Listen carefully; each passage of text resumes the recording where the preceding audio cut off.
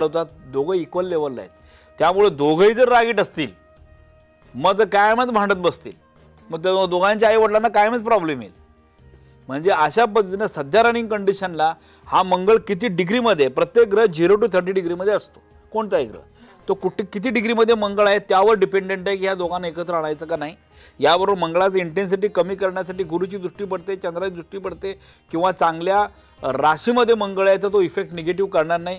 ह्या गोष्टी विचार करून मंगळ असलेला माणूस मंगळ नसलेल्या माणसाची लग्न करू शकतो, हे डॅम शुअर आहे.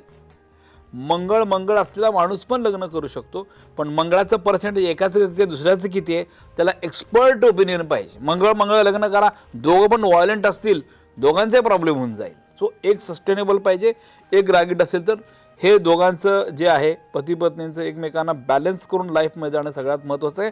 आणि पती पत्नींनी दोघांनी एकमेकांना रिस्पेक्ट देणं गरजेचं आहे, तर शक्यतो प्रॉब्लेम कधी येत नाही. युगो आलामध्ये संपलं, मग प्रॉब्लेम येतो. हा युगो याच गोष्टीमुळे येतो की दोघांचं काय कॉम्बिनेशन आहे ग्रहावर.